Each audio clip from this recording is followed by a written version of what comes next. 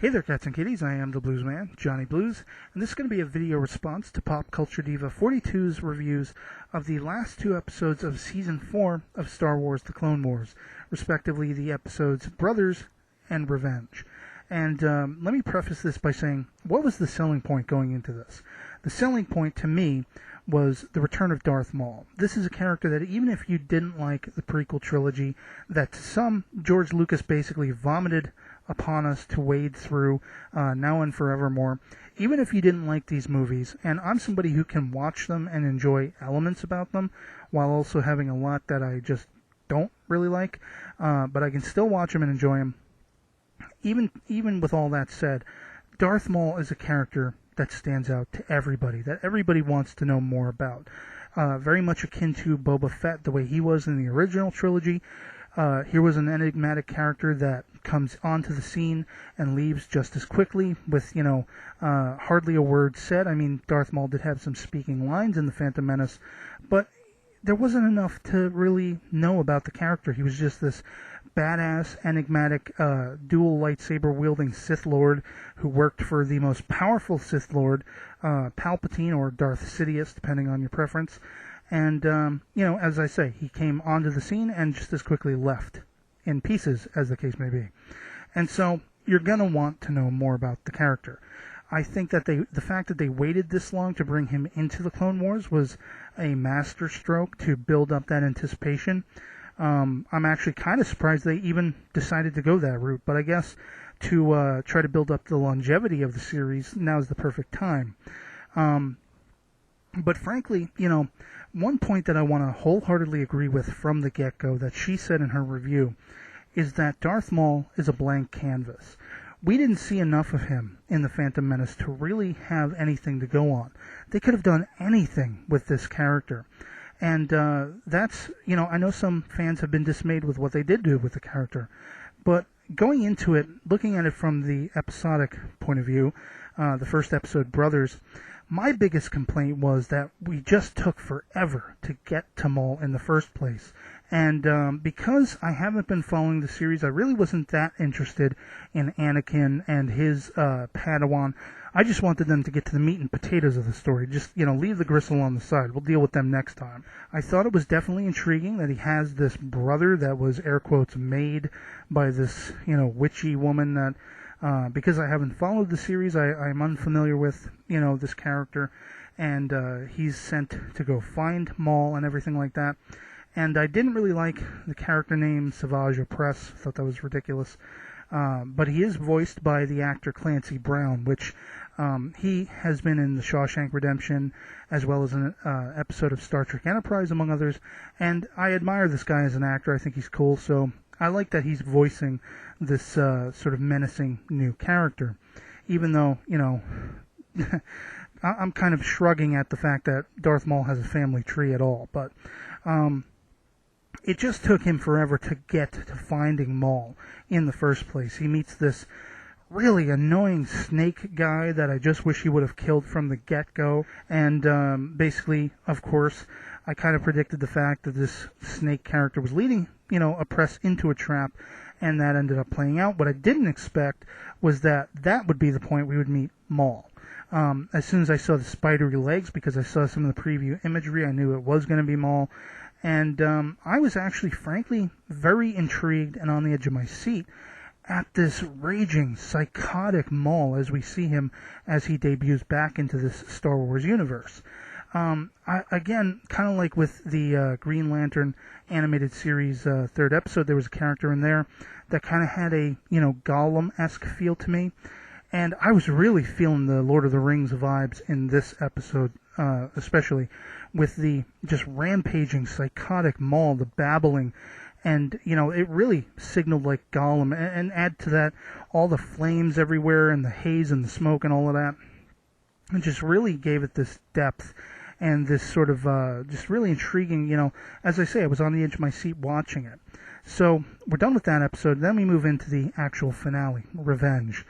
The brother brings Maul back to that witchy woman. She does her little thingy-ding, and all of a sudden he's more, he harkens back to that enigmatic, monotone, mysterious Darth Maul from The Phantom Menace, which I thought was really awesome. I thought the voice characterization, the actor's name escapes me, I thought it was really well done, and it harkened back enough to make me think, yeah, this is Maul. This is the same character. Or at least that was the, in The Phantom Menace, that was the starting point of this character. And so when he unleashes hell on the children and the people of this world to basically bait Obi-Wan Kenobi out of the blue, I did think it was interesting that the Jedi characters, Yoda specifically, whereas Mace Windu was like, no, he should not go alone to deal with this. And, of course, the all-knowing Yoda, all-seeing Yoda, already knows somebody's going to be aiding him. And because I haven't been following the series yet again, the leaps and bounds in storytelling, I was completely shocked that, as far as I knew, the villainous Ventress would actually become the savior, in a sense, of Obi-Wan Kenobi. But where the meat and potatoes really was that confrontation between the two of them and Maul and his brother. And I just, where I can see how fans would not exactly be 100% thrilled with it, because, of course, they're going into this thinking all these different ideas about what this character is. I'm sure the character has been delved into in the, Star Wars fiction and the sort of expanded universe in print and so forth, in games or whatever like that. But I can see how they would have their ideas going in, thinking what the character's supposed to be. Was I impressed with this? I was definitely impressed with this. I was on the edge of my seat. And one point that Pop Culture Diva makes in her, review is to say, what about Palpatine? And what about, the fact that as we get hints in the dialogue in this episode between the brother and Maul, Maul apparently is aware of what Palpatine has planned. He's aware of the Clone Wars. He's aware of the Empire taking over. And so that begs the question, shouldn't Palpatine want to be rid of Maul? Here was his number one guy, his apprentice, and here is now somebody who's back from the dead, or apparently never actually died. And, certainly he is a problem now, because he could completely turn the tables on all of Palpatine's plans, or Darth Sidious, depending on your preference. And, so the thing about that is, I really don't think they could have even hinted at that effectively with the way they paced these last two episodes. I would be very much surprised, though, let me say, going into another season, if they don't utilize that story aspect of it. I would expect them to exploit that for all it's worth, because, that to me is a given. Palpatine's going to have to want to confront Darth Maul at some point. Maybe he'll even send Dooku after him or something like that. Who knows? I mean, if we're taking this as a, basic stepping stone between the Clone Wars and the Revenge of the Sith, it tells me somebody has to take care of Darth Maul at some point. Will that be Obi-Wan Kenobi? Will that be Anakin Skywalker? Or will that be Dooku or even Sidious himself? So, I think this is definitely somewhere they can go as far as storytelling goes. I would be very excited to see it, and I'd be very surprised if they didn't go that route. But, basically, while I can see how some fans and stuff would not be all that thrilled with it, I was actually on the edge of my seat. I thought, as I say, the voice characterization was, very well done. The presentation of the character and what they did with them, I thought it was really effective, and I was really excited to see it. And, I was blown away by the end of it. That sort of leaving everything hanging with the impromptu teaming of Obi-Wan Kenobi and Ventress taking off, and that, methodical plotting Darth Maul that's now back. That just excites me for where they could go in the next season.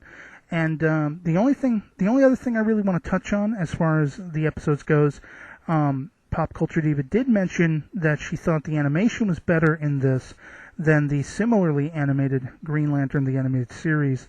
And I'm definitely not the one to say whether I think either or is better. I kind of side a little bit more with the sleeker style of the Green Lantern series. But the one thing I noticed as far as the most visible difference to me was in the Clone Wars, there is just a fartload of smoke everywhere. If it's not smoke, it's sand. If it's not sand, it's haze. I don't know that this actually legitimately adds depth all the time. It certainly does in certain estimations, but there's like, when Savage Opress was on that world looking for Maul, as I say, that was taking forever. He had the annoying snake character there. I just wanted him to go indoors because I could hardly see anything looking at the small mobile screen that I have to watch it on. And, again, I don't know. I think that does add a certain amount of depth to it. I don't know that that's better. I think they're similarly animated, but I definitely think the Green Lantern series is much more sleek, much less perhaps defined, if I can say. And I think as far as which one is better, it's just down to what you particularly care for. So, but I basically agree with the points she made in her video. I just wanted to add my 2 cents to it. And I would love to hear from anyone who watches this what you thought of the finale. Did Darth Maul live up to your expectations? Do you agree with me that I thought it was very exciting what they did with him? Or do you think, you were really let down? And, what would you rather have seen them do? So, please comment below, video response if you'd like. And otherwise, that's going to be all I have to say on it. So I hope you're all doing well, and I'll catch you later. Peace.